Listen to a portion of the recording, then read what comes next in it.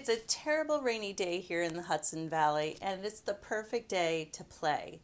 Today I'm going to be showing you just a couple old techniques and tricks that I used to use in my sketchbook, but it's a great way to think about how the unexpected could come into our plans. So it was a few years ago that I made these little cubes, and on each side of the cube, like dice, I put a different prompt, like subject matter, people, objects, nature, or some way to work with paints, like to roll it with a brayer or to scrape it across or to print something onto my paper or spray and drip. I also put some different materials like, oh, I have to work with markers or I have to work with some kind of acrylic paint or watercolor or crayon.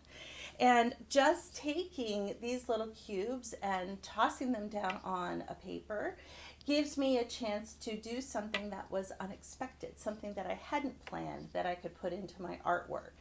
And things like covering 80% of the work might sound scary, but it can also be kind of fun if you're working on an old piece of artwork, or add contrasting layers, or do something like working really vertical or horizontal.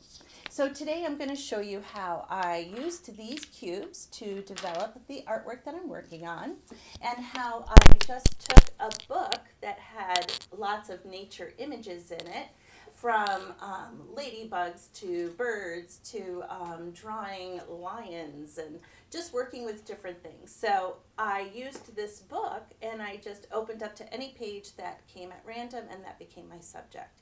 So that was a really great way to practice something that I might not have practiced before, and to not already have a plan in place. So a little unexpected and planned together. So here's the challenge that I rolled with my dice. So my challenge today is I have to use sprays, drips, I need to use marker, add shimmer, something from nature. I'm going to do something horizontally. I'm going to work monochromatically, which means that I'm going to just use one color plus black and white.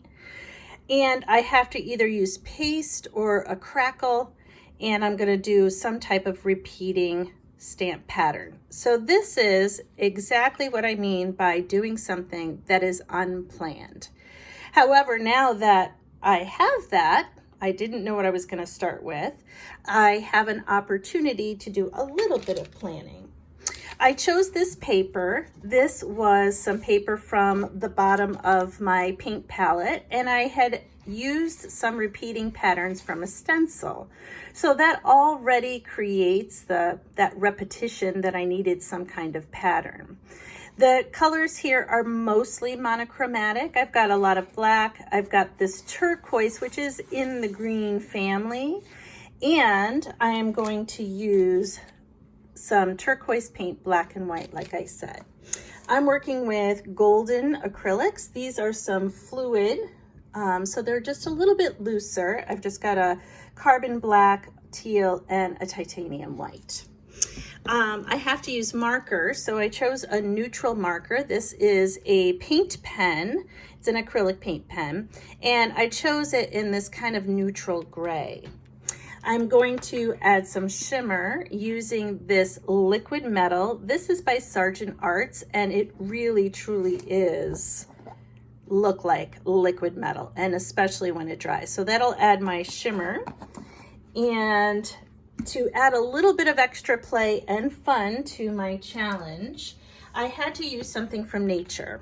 So I went immediately to, this is the Law's Guide to Nature Drawing and Journaling, and it's just a great how-to book. And I opened it to a random page, and this is what I ended up with, a drawing of a white-tailed kite, and it turns out that it was already step-by-step in values. So that's going to work really well for monochromatic painting, because that's what you're mostly working with, is darks, lights, those values.